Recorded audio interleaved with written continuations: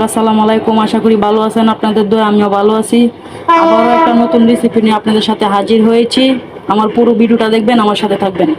আমি এখানে বেগুন কেটে নিয়েছি, তিনটি বেগুন কেটে নিয়েছি, তিনটি আলু কেটে নিয়েছি, পেঁয়াজ কেটে নিয়েছি, কাঁচামরিচ কেটে নিয়েছি। আজকে বেগুন দিয়ে মাছের ঝোল পাক করবো।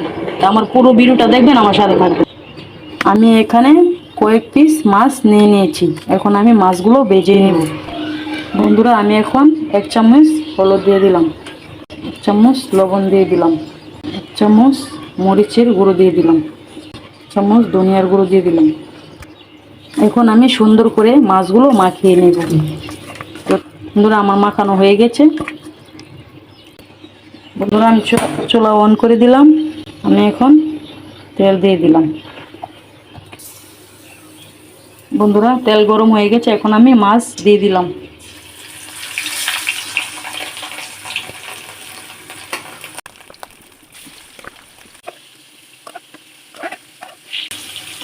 বন্ধুরা, মনে হয় আমার মাছ ভাজা হয়ে গেছে। আমার কড়াই গরম হয়ে গেছে। আমি এখন তেল দিয়ে দিব।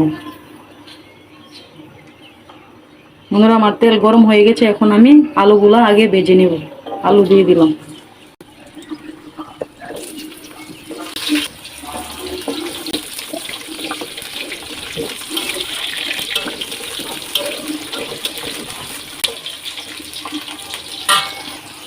আমি 1 চামচ হলুদের গুঁড়ো দিয়ে দিলাম। আলুটা কালার আসার জন্য 1 চামচ হলুদের গুঁড়ো দিয়ে দিলাম।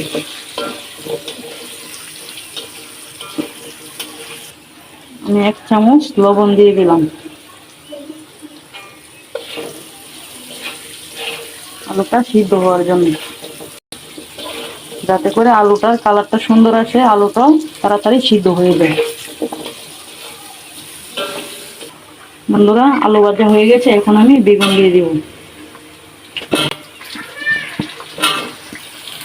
বেগুনটা সুন্দর করে ভেজে নেব। বন্ধুরা, আমি পেঁয়াজগুলা দিয়ে দিলাম। আলুর সাথে বেগুনের সাথে পেঁয়াজটা ভেজে নিলাম।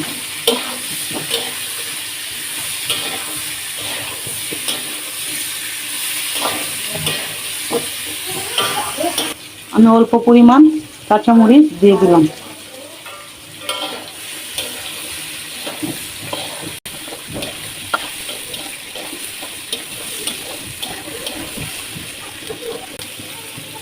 বন্ধুরা, আমার আলু ভাজা বেগুন ভাজা শেষ। এখন আমি মশলা দিয়ে দিব। 1 চামচ হলুদের গুঁড়ো দিয়ে দিলাম, 1 চামচ ধনিয়ার গুঁড়ো দিয়ে দিলাম, 1 চামচ মরিচের গুঁড়ো দিয়ে দিলাম, 1 চামচ লবণ দিয়ে দিলাম,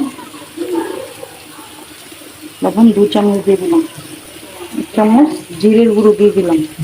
সব দেওয়া শেষ। বন্ধুরা, এখন আমি নেড়ে চেড়ে মিশিয়ে দেব।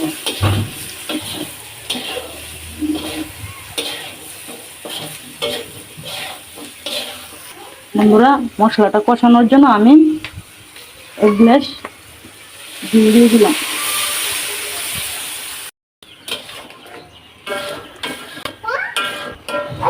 বন্ধুরা, আমার সব ধরনের মশলা দেওয়া শেষ। এখন আমি মশলাটা ভালো করে বেগুনের সাথে আলুর সাথে কষিয়ে নিব। বন্ধুরা, আমার মশলা কষানো শেষ। এখন আমি জল দিয়ে দিব পরিমাণ মতো।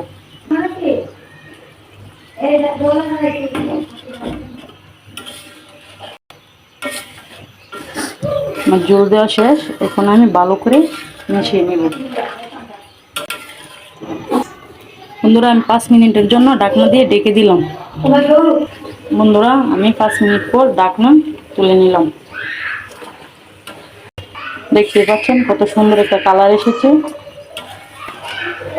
বন্ধুরা, ভাজা মাছগুলো এখন দিয়ে দিব।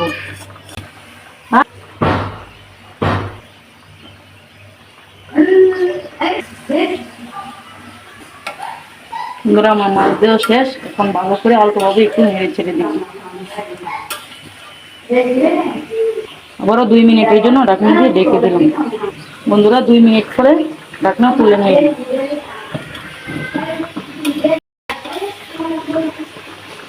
আলু সিদ্ধ হয়ে গেছে।